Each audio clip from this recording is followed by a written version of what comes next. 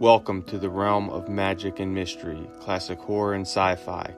You are now entering the House of the Unusual podcast with your hosts, Eddie and Joe. Welcome all you cool ghouls and friendly fiends. It is the House of the Unusual podcast. I'm your host, Joe Pavlansky, and with me as always is the maestro of mail order mysteries, Eddie Guevara. Hello there. Today, joining us, we have the karate guy himself, Jason Blakely. What's up, Jason? Hey, not much. Glad to be All right, here. man. Well, welcome everybody and everybody out there in podcast land. Thank you for joining us once again on this road to Christmas. We are recording this Tuesday, December 13th. So we are inching closer to that all awesome day when we wait for Santa to join us to bring us presents, hopefully some mail order mystery stuff and some comic books and other goodies under the tree. But if you can't wait till then, I suggest head over to mymoviemonsters.com because we got scary monsters, we got Castle of Frankenstein, and we got tons of other back issues for horror magazines, science fiction magazines, fantasy magazines, all that good stuff. But Scary Monsters number 129, The Underground Worlds, is now shipping. It is the Creatures, Caverns, and Underground Worlds issues. So make sure you check that out. You could buy it on there. It should be at your local bookstore by now. There's also the new Castle of Frankenstein will be out at your local bookstore, so make sure you pick that up as well.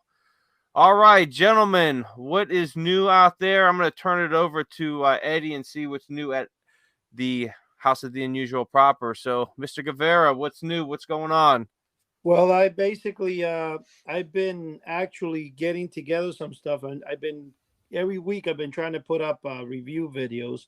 This week, I had to stop due to the fact that I was getting a couple of stuff out of there. But one of the things that I have that's coming that's going to be really exciting is somebody issued me 3 boxes of baseball cards. I still have not opened them. I don't know what's in them. They're from the 1960s and 70s, supposedly, I was told. It could be a fortune. It could be the Mickey Mantle everybody wanted, or the Hogness Wagner that nobody ever had. It's all up to, until the day I open it. I'm here. I'm going to do that on camera. Also, I got a gift box from my friend Chuck that sent me something, and I don't know what he actually sent me there, but he said, I got something he saw and he wanted to get from me, so I got to take care of that as well. But anyway, other than that, there's a lot of stuff going on. I mean, everything's going as always say as planned. The channel is continuing to grow. It's got a couple more subscribers. And of course, Chuck's videos are kicking butt, and I'm trying to keep up with Chuck, and apparently he's doing a lot better. But that's Chuck, I told him to be careful though, because he was going to some tough neighborhoods doing a lot of magic shows lately. And I said, you wouldn't want to hear that a magician gets hit overhead and someone steals his rabbit, So magician knocked unconscious, rabbit stole. Yeah, we definitely want Chuck to be careful out there. Exactly. We aren't, what's that old song by Toby Keith? Not as good as once was, but I'm good once as I ever was. Sometimes that's the key. Hey, Joe, one thing I wanted to mention, you mentioned about some of the movies and stuff, and we were talking earlier before the podcast. There was a movie, and now that you said with the Castle of Frankenstein coming out, do you remember the movie?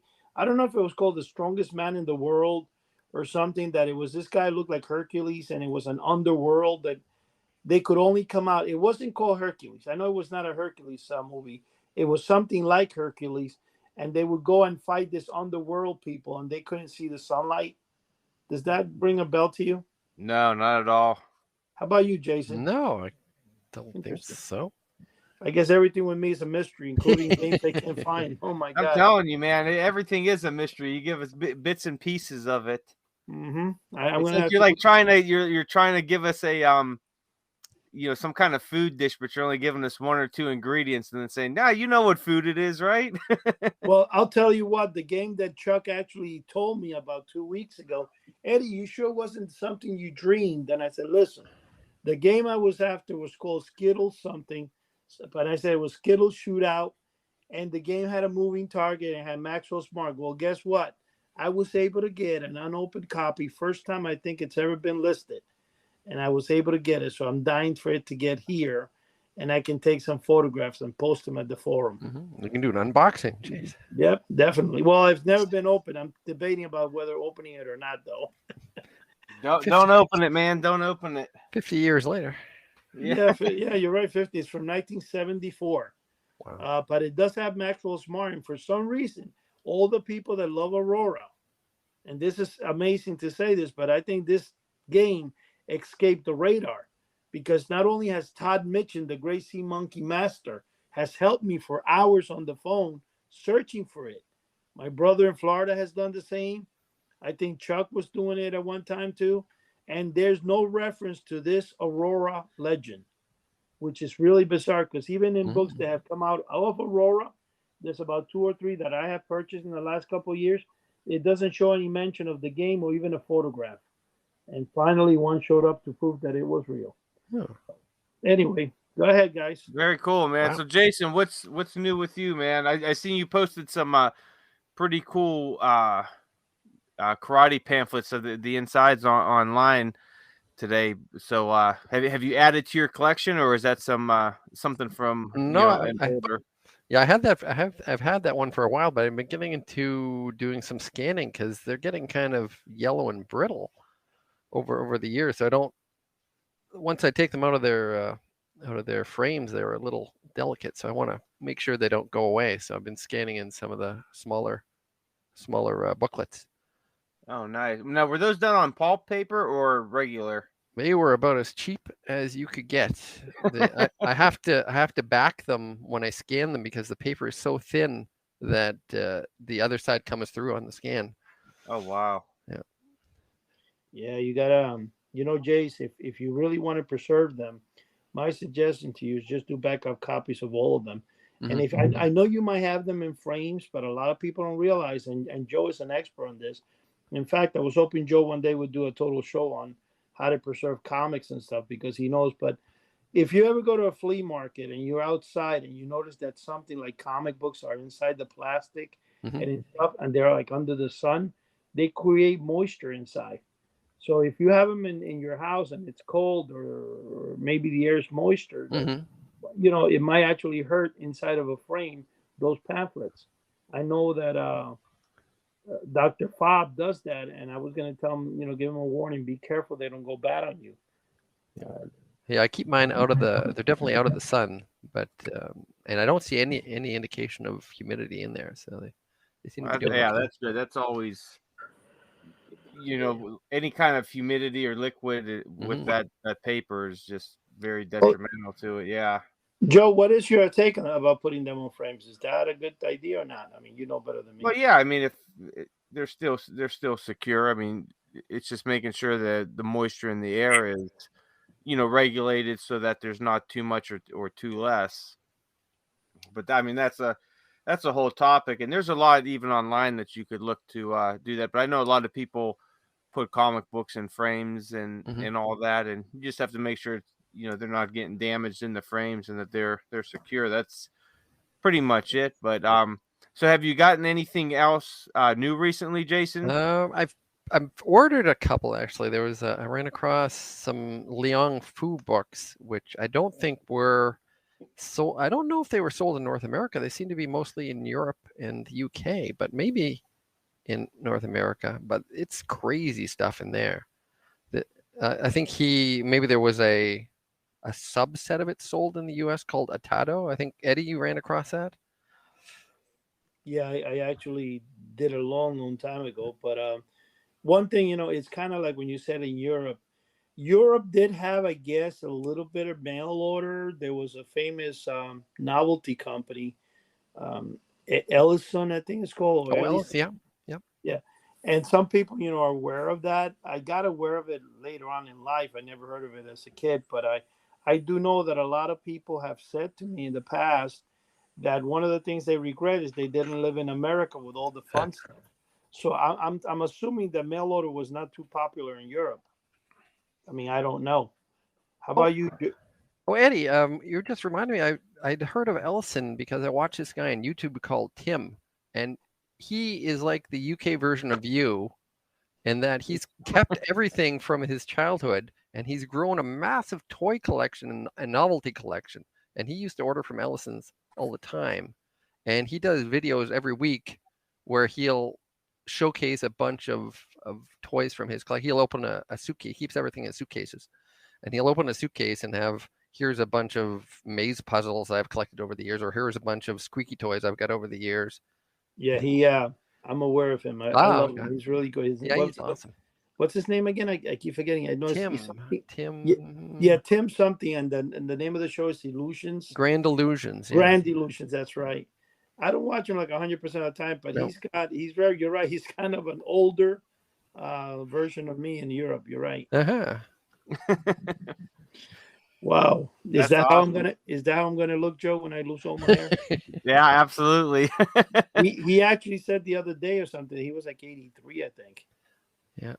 Yeah, he's I think I did. I think you sent me a few of his videos one time. He does have some really cool cool toys and all that, some monster toys. But speaking of toys and all that, we are getting ready for Christmas. Are you guys, is everybody out there ready for that holiday season, or is it kind of like just another day? Joe, I just acquired for a gift for myself.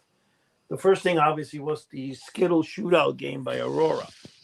But I did. You're like pre-gaming it then for Christmas. Yeah, well, I kind of am. But one thing I came across is they made Jack Davis. There's some type of company out there.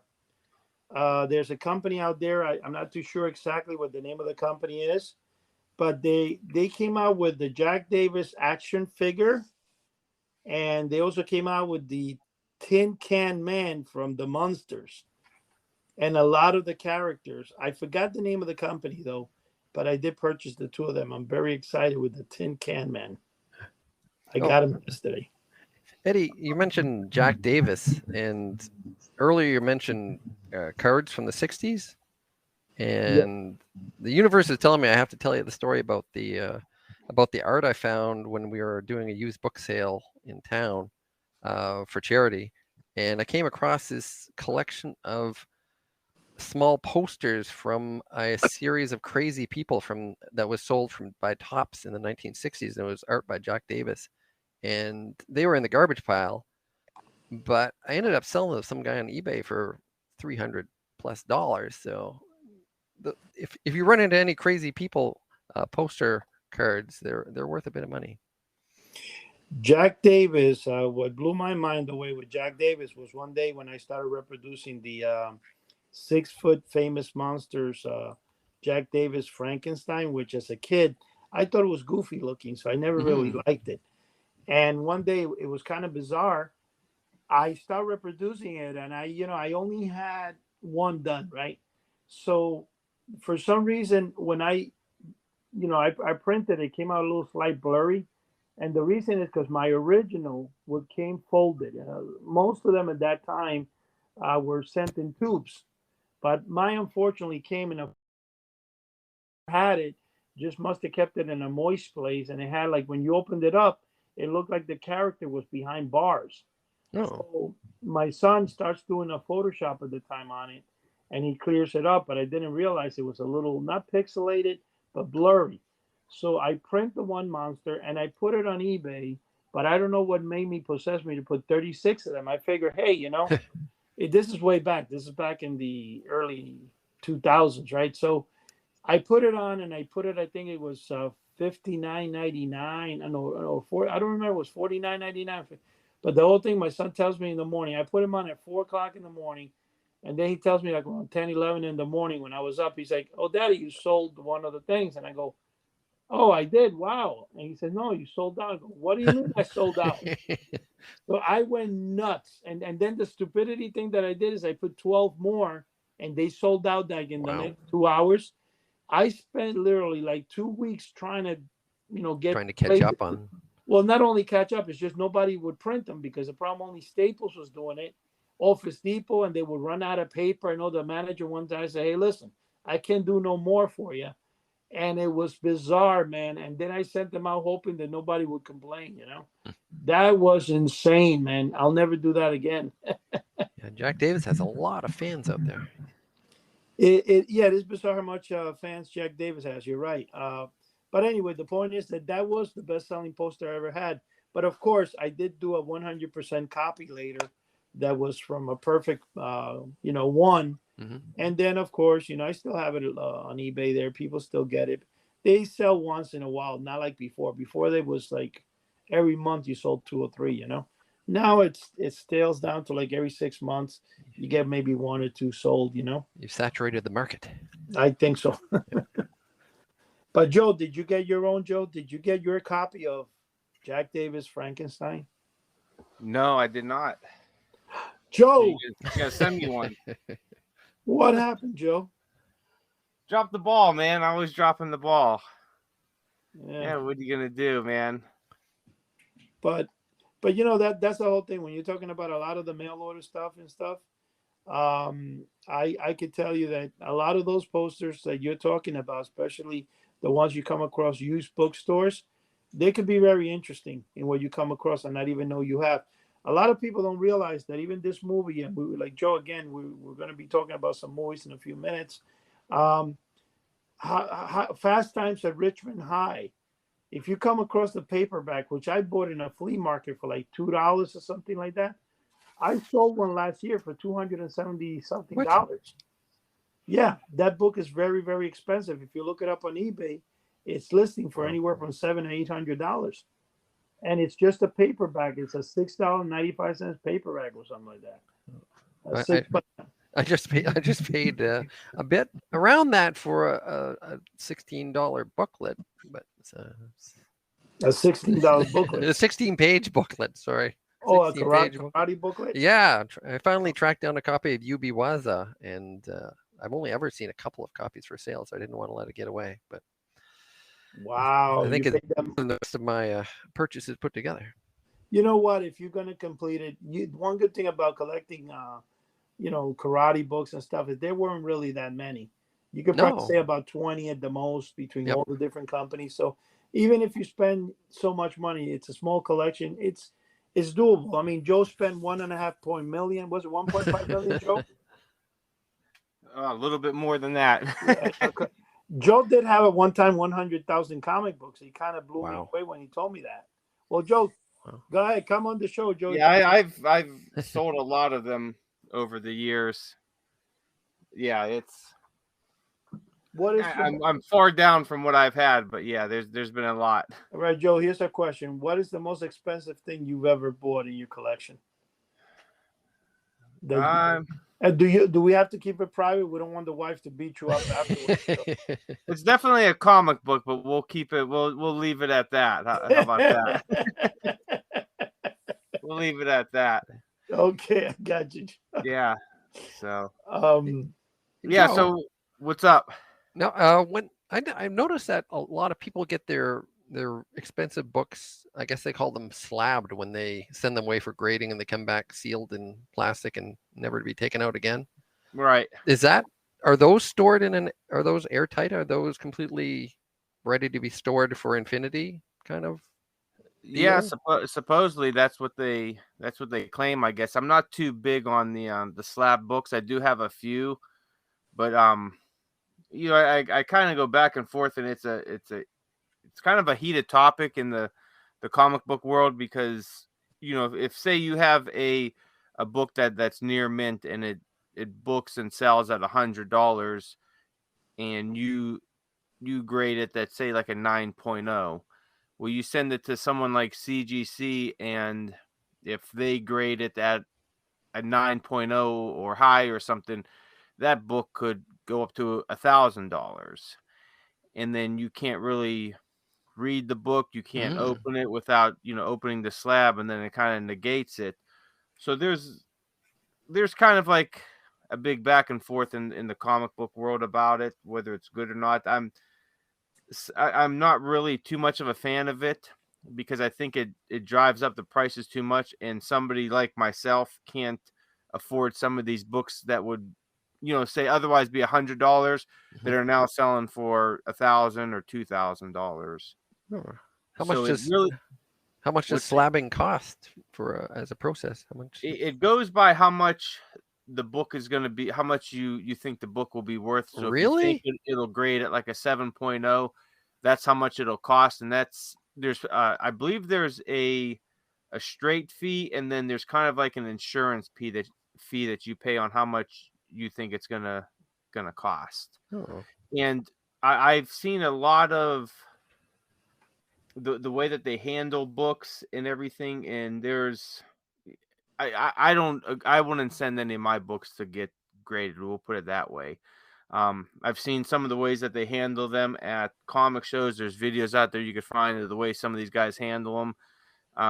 I've seen a lot of books that would come in at, say, like a 6.0.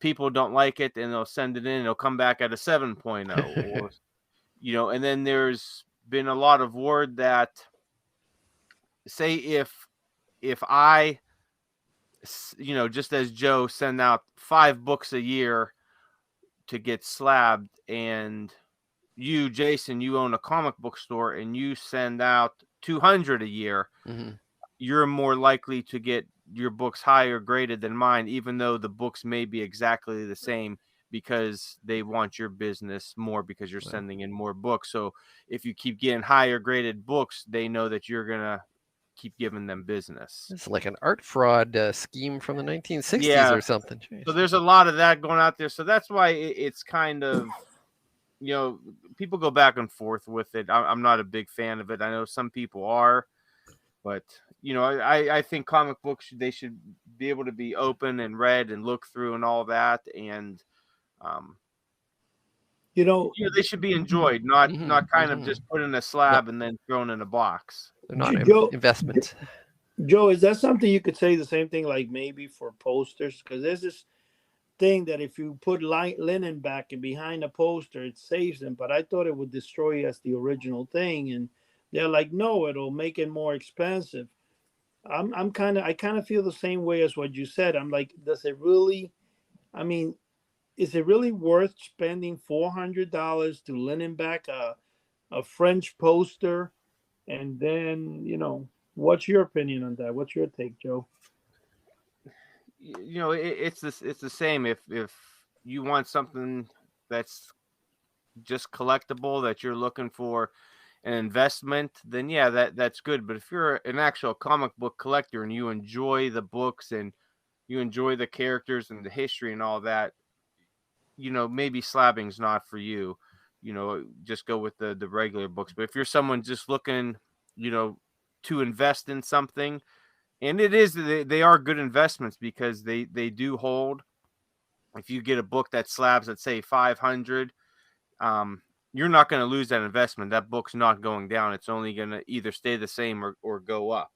So they are very good investments for people out there. Like some people like to invest in silver, gold, but that kind of fluctuates and all that. That's not really the case with comic books. They're either going to stay the same or they're going to keep going up. You're not going to lose any of your money on that. And that's just on slab books. There are some books on slab that they can fluctuate, but once you have that grade locked into it, then, it's not really going anywhere. Also, what you're saying is that even though the comic book itself could, like in my situation, I paid for the Death of Robin. I think it was $152 for the second or the third part of it. The thing went down to $1.50 a couple of years later. I lost all my money in that comic. Are you saying if it was slabbed, that wouldn't happen? Say that again now. Okay. Say, for example, I bought the. Did you hear me before, or is my voice sounding? No, I'm just trying to get what you're. Okay, like say for example, I went and I bought the Death of Robin. Okay. I think it was number 3, and I paid $152 for it in, I think, 1989, whatever, when it first came out. If that was slabbed, would it maintain the value? Because it dropped down to like $1.59 a couple of years later. So that's what I'm asking. If it would have been slabbed, would have maintained the price? It probably would have. I mean, but slabbing wasn't around back then. If you were to get it slabbed now, it probably would maintain that price. But then again, you're still dealing with the market. Your book's only worth what somebody's going to pay for it. But from what I've seen on slab books is that they maintain their value. They don't lose, really anything at all. So I didn't know that. it's all like a game. I mean, like anything, it's a gamble. The market's gonna fluctuate. You're gonna gamble on it. Is Robin popular at the time? You might be able to get that. If he's not as popular, maybe you might lose a little bit on it. But just wait for the next Batman movie coming out. Yeah, chances are you're not gonna lose your investment on that. Yeah. Now there are people that do sell them for cheaper and decide to take the loss on it, but that's on them. That's their own personal reason for doing that. But yeah, usually you're not going to take a loss on any of that. That's slabbed. Are the three? I think there's only how many number one Supermans are out there that you know of? Is there like a number that you might know? Joe, what's Superman number one? The number one, yeah, Action Comics, Action Comic number one. How many of them are out there? I don't think there's that many of them. I know that even some of those have gotten graded over the years and have sold for millions. I believe who's that actor? Nicolas Cage. I believe he owns two graded ones. Does he really? Wow. Yeah, I believe so. I think there's a new podcast out about the theft of one of those from Nicolas Cage. Actually. Oh, really? Really? He lost one. Well, I think that's the whole podcast. They go into the details on the theft. Oh, wow. Joe, where were you in the night of the evening of last month? Yeah, really. I was getting me an Action Comics. Yeah, it's called Stealing Superman. Stealing. You know something? There was a company that did show that paid $3.5 million for an Action Comic that is in that plastic graded thing. I think if I'm correct, I think it's a comic book store that paid that. And they were holding it. They were saying the most they ever paid for a comic. But the thing that I like about Action Comic number one is that that's the first time ever that they actually put, for the first time ever in any type of comic or anything, they put an ad, a mail order ad, and that was the famous Johnson Smith Company. So I'm kind of like, really impressed and with that comic about that. I do have several reproductions of it. I wish it was number one. I tried to slap them to get $1 million out of them, and I couldn't. Yeah, I've read the I sold it years ago, but it was like a I guess. Well, it was a collected series of Superman. I think it was Action Comics and Superman, and it was in like a 10-volume set. But it started from number one all the way to where I ended it. I didn't buy any more, but they were a good story. I enjoyed the stories. I really liked the artwork from back then. So I always thought it was really cool that Golden Age. I always like Golden Age artwork, but the stories sometimes could be really tough to read. Yeah. Put it that way. Yeah. They were writing for the market. Pretty much. Yeah, kids, for very little kids at that time. Yeah, exactly. It's funny. I'm surprised you say you like the artwork. I didn't really kind of like the artwork of the first Action Comic. I think it just kind of left a lot on Superman. But then again, it was the beginning of Superman. Well, see, people when they look at the artwork, they kind of, and I really love Golden Age artwork. I love Silver Age artwork, and I love artwork from the 80s and 90s, but I can't really pick like, man, this one's better than the other, because you really have to look at that period of artwork in the time that it was made, and that artwork works for that time. You couldn't put 90s artwork in the 30s and 40s. It just it wouldn't work with the way society was at that time, and you couldn't put Golden Age artwork in today's society. It wouldn't work. Although today's artwork in comic books is just, in 90% of comic books, is just complete garbage. I would agree. I look at the stuff today, and it's like watching a noisy TV show. It's just all over the place. Yeah, well, they don't hire professionals anymore. They just hire, whoever wants to come in and you check the right boxes for our political and social, you know, uh, understanding, and then they put them in, and everything, the writing's garbage, the artwork's garbage, and then they're losing money, and then they blame the customer. Well, no, you're not giving us, anything. Back in the 90s, and people look at some of that artwork and it's either you really like it or you really hate it, but it was unique artwork, and the stories were great. You had, they were comic book stories.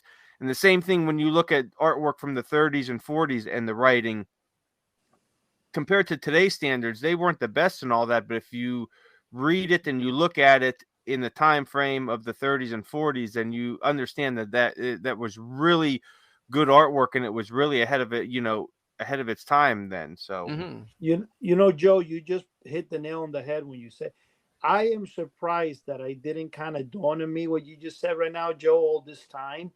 But I was asking myself, is it just me or what? But when you do get a comic book today and it's got all the glossy pages inside compared to the one in the 80s that were like newsprint, it's true what Jason said. It's all over the place. Sometimes the characters themselves don't, like when you're trying to read, you can't even read the words because somehow they blend in with the background. Mm-hmm. It's like really hard to, and then they put so little into the writing. Again, that comes from them not hiring professional writers or professional artists that specialize in comic books. They're hiring, whoever's on social media that says, well, if you don't hire me, you're racist or misogynist or homophobic, whatever. So these companies are caving to them, and they're bringing them in because they want to check the boxes. And then the product ends up being garbage not because the person's not talented. They may have talent, but they don't have that professional level talent to work at Marvel or DC. A lot of these people, they want to go to the pros without having to go through the minor leagues first and pay their dues. They just want to hurry up and get up there where they've never honed their craft yet. Right. Well, something, I'll tell you a good example. I was approached by I'm not going to use names or anything that because the person's actually still helping us and stuff, but it's a point. He's a super professional. This is a person that is kind of in charge of a television thing. Okay. So this is a very professional thing. And he sees me one day and he sees me putting together a dancing skeleton, I think it was, right? And he's like, wow, I can do so much better than that. So he goes to his studio and he comes back and he makes me a professional looking thing. And I'm like, there's only a problem. When people are dealing with mail order novelties and magic books from the 70s, they're used to getting a magic book that has 2 cardstock covers stapled with a stapler in 3 places. And I'm not talking about like a folded one. I'm talking about a regular 8.5 sheet by 11 that's stapled. That's like you would say, man, it would be better if they folded and made it a booklet. It's no, the booklet is just simply stapled and sold that way. So when you go into an old magic shop, when you go into old comic books, when you buy Halloween items from the 50s and 60s, they all had that cheaply done way. I say, when you make it super fashion like you did, people will not buy that. And then he realized and goes, oh, so then he goes back, he makes me one that left me salivating. I'm like, wow, this is nice, But that gets to say, how it works out there with a lot of people and the different ages and how art, like you said, depending on the age. I believe, in my opinion, that the 70s and 80s are true. When they wrote Superman comics and stuff, they were so well detailed. The art was phenomenal.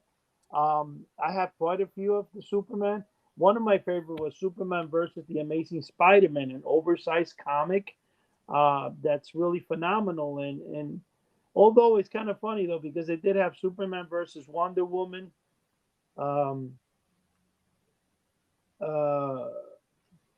You missed it. No, it's I was seeing the thing. How's my microphone sounding now? Now you sound good. I think you keep moving from it because it sounds you go in and out real low. Okay, I think you're underwater or something. Maybe you're visiting Todd and you're trying to still podcast under there from. I'm covering the water. I have a treasure here, Joe. I'm just trying to pull it up so the people won't hear me.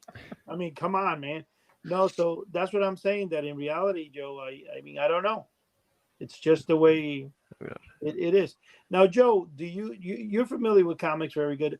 You remember those stickers they used to sell in comics that one of them has Superman breaking a chain in his chest? Oh yeah. Okay. You know, I had a set of those stickers and I can't find them, man. I'm about to cry. They're about, excuse I, me. I actually have I'm looking at it right now of that Superman breaking the chain on his chest. It is a I'm gonna grab it so I could see it. It's from they did a card set back in, oh gosh, let me see if there's a um something on here. I think it was the 40s. It might have been 1940.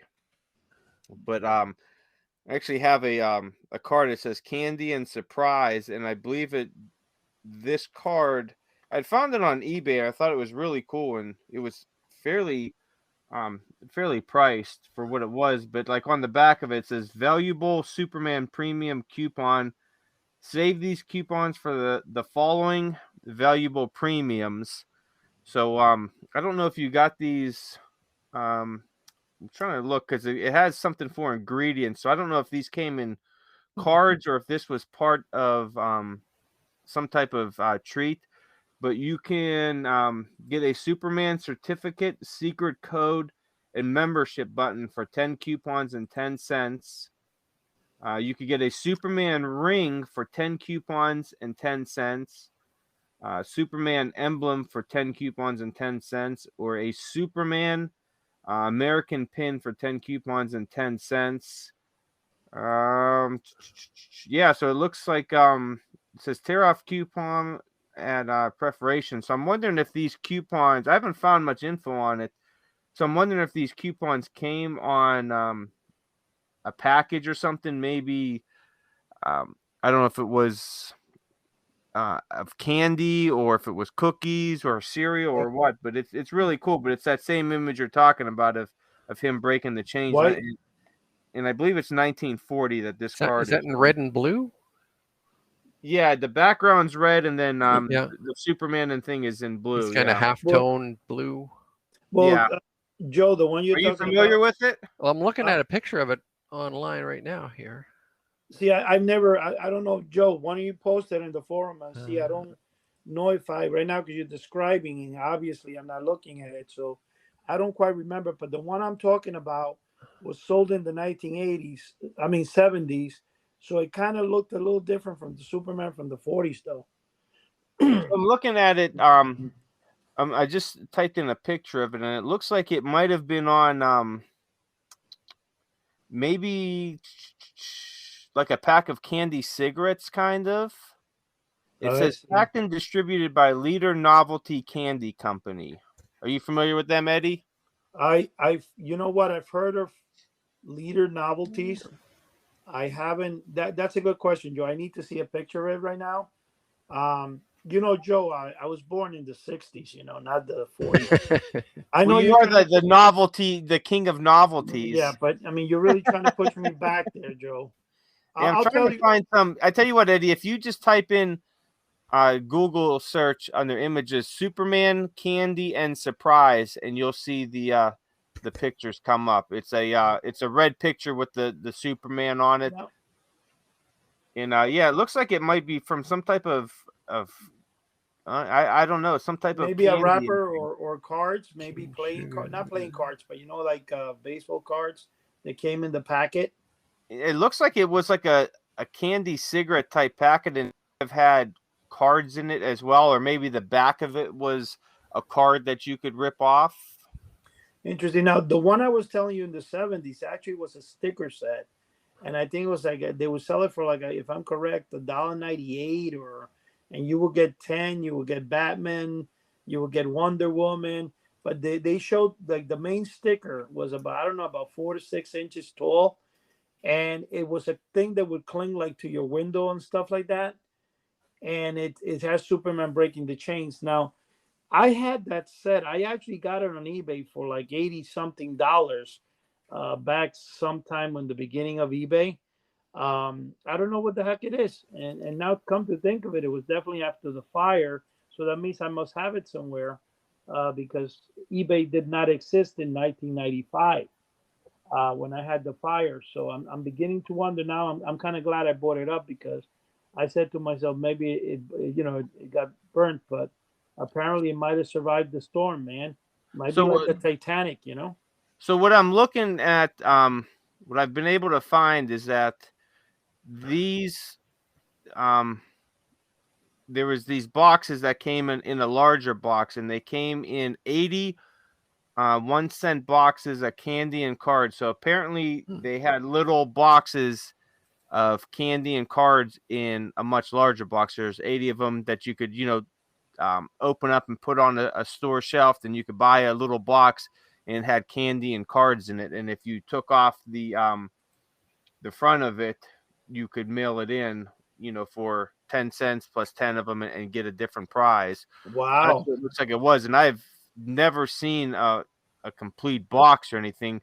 And I'm looking at Hakes, and it looks like, where did that go? Well, One, look at it, Joe. When you mentioned it a little while ago, you say you couldn't find any information on it. Now in this show, you just basically found all the information on it. well, one on Hakes sold for $4,197, What? which was the box. I don't know if it was full or not. I think it was just an empty box. Let's see, cardboard box with, yeah, just the empty box Oh, that Joe, held the smaller boxes. I would have given them 10,000 for it. Are you kidding? $4,197 Wow. that sold in 2015. Well, hey, look at this. I had when the fire happened, I had my Planet of the Apes treehouse in the original box in perfect condition. And you know what? You know what I did? I took the box and I'm like, man, it smells like fire. Let me rip it up. I'll just take out the treehouse and I'll put it into another box. And I really don't need the main box for it. Boy, what a mistake that was. See, all right, so I just found some more information on it, which is pretty cool. So they did come out in 1940, put out by the Leader Novelty Candy Company. Do you Leader know anything Novelty, about them? I heard of them. You know how I actually heard of them, because I found you guys remember this guy that does Mr. Toast? Yeah. Dan Goodsell. Okay, Dan Goodsell was actually in one of our early shows, and I believe Dan would only collect paper memorabilia and paper, what do they call that? Infirmium. How do you pronounce that word, Joe? What is it? Ephemeral something. It's EPH something. When they have paper stuff, paper. Oh yeah, like Ephemeria or something. Okay, yeah, like right. that. Yeah, that's the word. And he collects only that, and he had a binder, and in the binder, he was showing me that he was able to obtain. He found out who was the company that actually made the Polaris sub, and I was able to find out through him that they were located in Long Island, and it was actually a company that did, displays for trade shows and stuff like that. They've been out of business, whatever, but he had one of those photographs in there. And that's how I found out about that company that you're just talking about, because they had something. So I think that company might have had this company do some flyers for them or boxes. Well, I'm going to read a little bit of this about it, because it's really cool history on Superman and this Leader Novelty Company, and I'll just read a little bit of it from what I found. So it says, created by writer Jerry Siegel and artist Joe Shuster, Superman debuted on newsstands in April 1938. In October 1939, Harry Donfeld and Jack Leibowitz established Superman Inc. to market the property outside of comic books and newspaper strips. Within a year, there were over 21 authorized Superman licenses, a radio show, and a cartoon deal. So in the spring of 1940, the Leader Novelty Candy Company, Inc. released a 36-card set affixed to the backs of Superman candy and surprise toy boxes.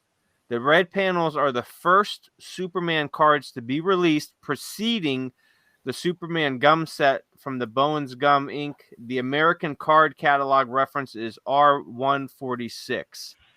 Each 1-cent box detaches into a picture card and a valuable Superman premium coupon, which is the one that I have.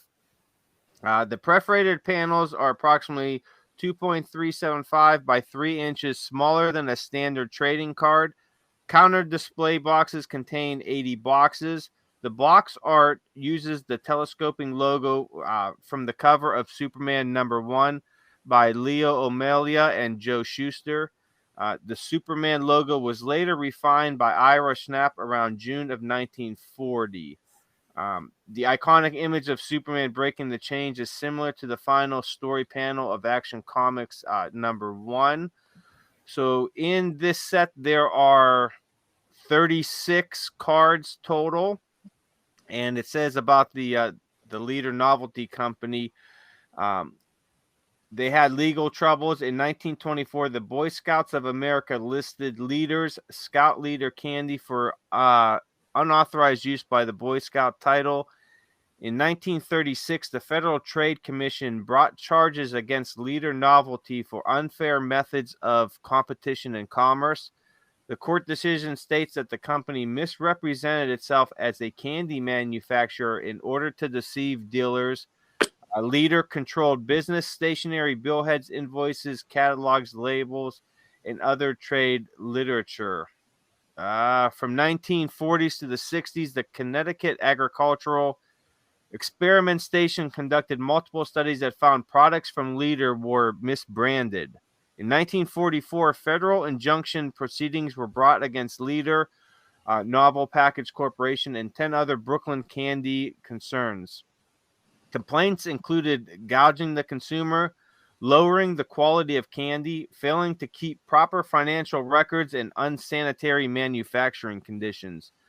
The Office of Public Affairs reported that candy molds from established firms were altered and rebranded as a more expensive product. Some candy products were being manufactured alongside straw brooms in an open loft. Well, that ain't good. Wow. OPA investigators witnessed perspiring workers stirring candy mixture by hand. If that doesn't get your taste buds going. So on November 15th, 1971, Leader was charged by the Eastern District of Michigan for shipping candies that contained dirt, human hair, and rodent filth. All right, we're getting all of our nutrients in one. So in 1974, company officials were fined $500 by the U.S. District Court of Brooklyn for manufacturing candy under insanitary conditions and shipping adulterated candy in interstate commerce. The Boy Scouts were again involved after receiving a contaminated batch of candy. After almost 80 years of operation, Leader and Castins were purchased by Sherwood Brands and dissolved on June 25th, 2003. So not too long ago. But if you guys find any candy out there, try not to eat it. Don't eat it. Joe, it's funny that you're saying that, because now you're making me wonder if that company might have had some. You remember? I mean, if you're looking back of a comic book, you'll see that they used to always have these things that, like a sales club. There was one called Leader's Sales Club. I don't think it has really anything to do, but I'm just kind of wondering when you said that, and that's where I was saying the name sounds familiar, and that's where I think thinking about. But you know something, Jason and me had a talk yesterday, and he goes, Eddie, you live in a place where all the action happened. Most of the mail order stuff happened between where I live and Brooklyn, which is about 5 miles away. The funny thing is, that most of the mail order companies that started in comics, even in with Sears, Roebuck, and all that, actually started around the New York City area.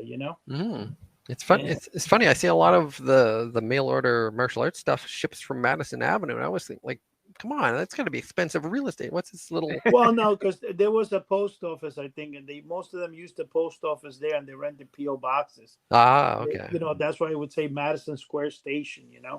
But the thing I'm going to tell you honestly is that when you look and Joe, what you're talking about with the candy and stuff, one time I went to, I'll never forget this. When I started my magic shop in '89, I said, let me go to, I don't want to mention the name of the company because they're still in business today, but I went to Brooklyn to this company that sold me novelties, and they were located in this building right underneath the Brooklyn Bridge. And Joe and Jason, both you guys, man, when I didn't want to use the elevator because it was like a 1900 elevator that you saw the chains going up and down. I'm saying, this elevator is not even going to take me to the top, man. Hand crank. But let me tell you something. Not about hand crank. When I went up the stairs, there were no banisters, man. When you went up 10 floors, you could actually fall off the edge of the stairs. Wow. It was the scariest thing in the world. And I'm like, I can't even believe I came here, man. And I went there, and then all the novelties were tossed all over the place. And I was like, wow, it was like kind of like a fun place to go to in this place itself. But going to the place, I only went there like 3 or 4 times to get my stuff. I was very scared going up because I don't like heights. And those stairs scare the heck out of me because you would figure you would have banister. But what I'm saying, they did have a banister, but it was like a black pipe. What do you call those pipes? I'm thinking like water pipes. Totally retrofitted. That's how it was. Yeah. Very cheap. It was like you can fall underneath the damn thing. Ooh, just like yeah. Reminds me of the Star Trek movies with the Klingon. The Klingon ships never had banisters, and people were always falling off the the railing. Right. Yeah. Well, what did they say? There was one cartoon. I can't remember what it was. They were doing a spoof of Star Wars, and they were on the they were on the Death Star where the beam comes out, and they're working the computer, and the one guy goes, why haven't we gotten a rail here yet? Because there was like a small little space, and then they could fall over, into like, the Death Star. And he's like, why haven't we gotten a rail yet? And he goes, oh, management says that we'd be leaning too much. That's funny. Keeps you on your toes. Yeah. Anything like you see, especially back in the day, even today, when you go into a lot of the warehouses in New York, down in Brooklyn and stuff that manufacture most of that stuff, it's actually old rundown buildings that are 100 years old, you go inside and sometimes it's like you barely make it out alive from the building alone, but that's where most of those companies were located. I mean, that's the fun part about it. I remember going to Coney Island as a kid, and when I went to get into the roller coaster that was called, what is it, Lightning? No, not Lightning. It's one of the oldest roller coasters in the world. I can't believe I forgot now the name of the famous Cyclone. The Cyclone. I remember you looked at that, and the rust you could see on the rails made me wonder, should I get on it or not? And the funniest thing with that Cyclone is when we were going down the hills, the biggest, tallest hill was not that bad. But when you got to the very last one, which was half the size, you almost came off your seat. So I know what Jason, what you were mentioning and stuff, it's kind of weird, but yeah, it is there. So that's, when the basics. So Joe, one other question I want to ask you, since we were talking about the leader, they finally closed down. Who bought them out again? Oh shoot! You know what? I clicked out of it. Let me see if I could bring it back up. The company that bought it out, what do they do? So it looks like it was purchased by Sherwood Brands. Okay, what does Sherwood Brands makes right now? Because I've seen a lot of stuff from that company, but I right now don't remember exactly what products. Oh, I've never heard of Sherwood Brands. Oh no, I've heard of Sherwood Brands. I definitely have heard of them. I'm just thinking, what is it they make? It doesn't specify. No, that's all it says. It says after almost 80 years of operation, Leader and Castings were purchased by Sherwood Brands and dissolved on June 25th, 2003. And when you look up the word Sherwood, it doesn't give you any reference to what they make? Let's see what we could find on Sherwood Brands here. Jason. Growing manufacturer of niche market candy and confections. See, I knew I had seen them. In Maryland. I seen them. I know I've heard of that name, Sherwood Brands. I've seen them. There's a possibility now that I come to think of it. If you go, how you guys go into those. So they're still in business. If this is the same Sherwood Brands, there's a website, sherwoodbrands.net. Okay, it's got to be. I think, coming to think about it, I met up Dave up in Lake George, New York. Dave Harborside from Essex Adams. And we were up there. And one of the things I think right now that you mentioned that, I went into the fort the old historical fort, and they had a museum shop there, and I think they sold little cannonballs, and they were supposed to be candy. I think it said Sherwood Brands, if I'm correct now. That's why I think I've seen that. But it definitely sounds like that would be a company. But anyway, I guess how many minutes we got left to go, Joe? What do we got here? We got about 5 minutes, so we'll start wrapping it up here. And real quick, what I want to just put out there for everyone, because I know it's getting the holiday seasons, quickly approaching us, Christmas time. So if you're looking for some new and kind of weird holiday movies that you haven't seen for a while, I got a few for you. So get your pen and paper ready and make sure you write these down here. The first one is going to be Silent Night, Deadly Night from 1984, which is one of my my Christmas staples, one of my favorite ones to watch. Another one is Santa Claus versus the Devil from 1959. And we got Santa Claus Conquers the Martians from 1964. And we have Christmas Evil from 1980. So we got a little weird horror fantasy type ones in there. And they can get a little bit weird, especially Santa Claus versus the Devil and Santa Claus Conquers the Martians. My favorite. What's that one? Santa Claus Conquers the Martians? Yep. Yeah, definitely a cool one. And don't forget about some of our classics.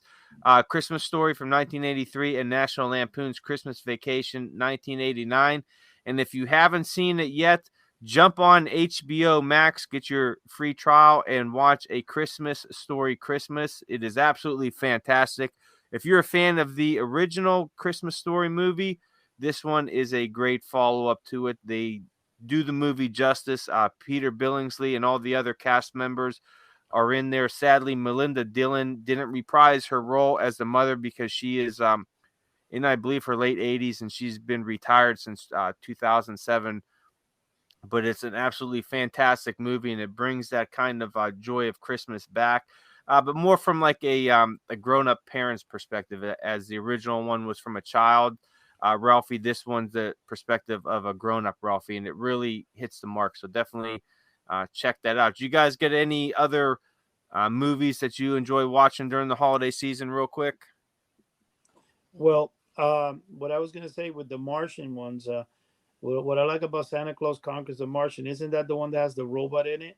Yes, it is. Yeah. That's why I love it. So anybody out there that can find my robot plans, man. There you go. Take a drink. 40 years. Okay, you can take many drinks. It's Christmas, so that's the time that you there can you take go. What about you, Jason? What do you like watching? I don't know. We always watch It's a Wonderful Life. There you go. Another classic. Yes, it is a classic. I remember that. Oh my gosh! I tell you what, I like watching all the old Christmas Carol movies too, from like the 30s, and even the silent ones. Those are always cool, and I love those just because they're in the black and white. They're real spooky. I don't like any of the newer ones that have been made, aside from Scrooge with Bill Murray. I love that. One of my favorites, man. You know something now that you said, you know what my daughter told me, my youngest daughter? The other day I started there watching The Night Without a Santa Claus, the cartoon. You know, the clay cartoon with Mr. Oh, yeah. Green. I love that claymation. Yeah, and my daughter said, that's so stupid. And I'm like, what? I said, my daughter, don't say that. That's almost like Chuck's wife calling the creature from the goon from the Black Lagoon. That hurts feelings, man. The amount of work that went into the Black Lagoon. That was so funny when Sherry goes, the goon from the Black Lagoon. I go, oh my God, Sherry. Yeah, so there's definitely some Christmas movies, guys. Don't forget to go to houseoftheunusual.com out there. We have a forum thread for Christmas movies. Put some of your favorite movies on there. Tell us why you like them, and maybe there's some that you have watched that we have never even heard of. So get on there and put them on. Also check out other threads on our forum site there. Head over to YouTube, House of the Unusual. Check us out. Subscribe to our channel. Like our videos. Eddie and Chuck are always putting out some great stuff on there, and you don't want to miss a single video, so make sure you stay up to date with that. And that's pretty much all I got on my end. Eddie, what do you got to wrap us up here? We got about 30 seconds. Well, if anybody's hiding the robot plans on me, I would like to have him this Christmas. Hope never Joe dies. said Joe would drive anywhere in the country to get him from me. Just let him know you have him. I will Okay? strap on my rocket and I will fly to your house. I will pick him up and hand deliver him to Eddie Guevara at the House of the Unusual proper. By a personal Sasquatch that he has with him. All right, guys, that's all All we right. got. Everybody out there in podcast land, thank you for joining us once again. We are here weekly. Find us on your favorite podcast platform. Subscribe to our channel. Give us a 5-star review if you like us. And that's it, guys. So good night. Good night and God Good bless. night. Take care, guys. Talk to you later.